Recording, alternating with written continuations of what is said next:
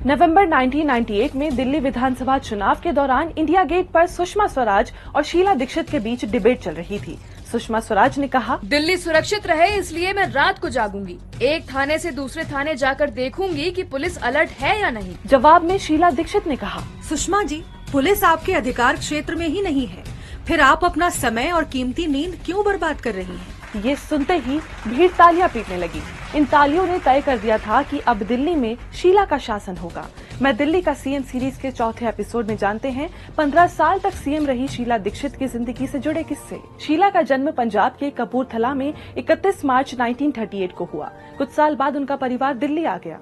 उनकी पढ़ाई दिल्ली में ही हुई। कॉलेज के दौरान उनकी मुलाकात विनोद दीक्षित से हुई। शीला अपनी biography citizen Delhi my time my life में लिखती हैं। वो सेंट स्टीफेंस कॉलेज का हैंडसम लड़का था। मैंने मम्मी पापा को विनोद के बारे में बताया।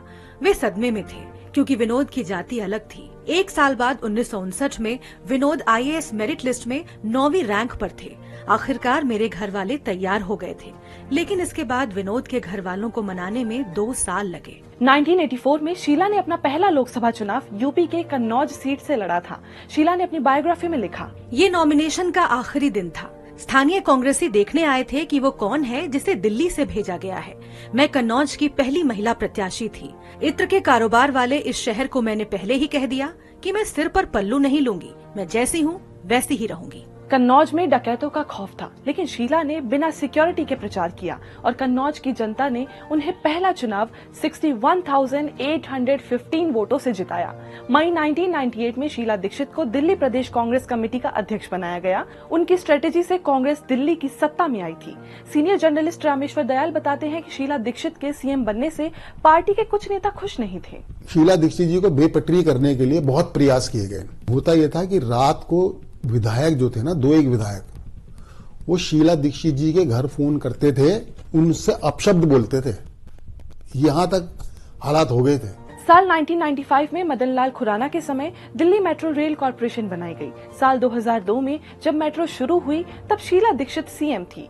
उस वक्त पीएम अटल बिहारी वाजपेयी ने इसका उद्घाटन किया था। केंद्र सरकार को इस चीज के लिए मनाया कि हमारे जो मतभेद हो चलते रहने चाहिए, लेकिन मेट्रो के काम में हम लोगों को भागीदारी से काम करना चाहिए और मेट्रो का काम रुकना नहीं चाहिए। फ्लाईओवर बनाए, सड़कें बनाई, बिजली का निजीकरण किया।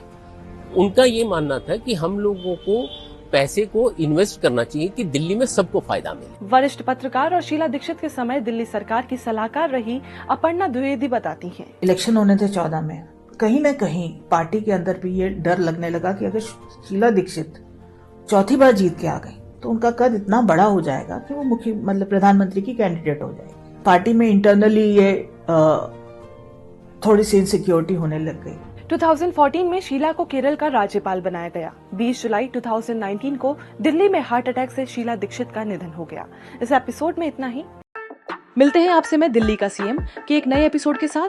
इसके लिए हमारे चैनल दिल से डायलॉग को सब्सक्राइब करना न भूलें।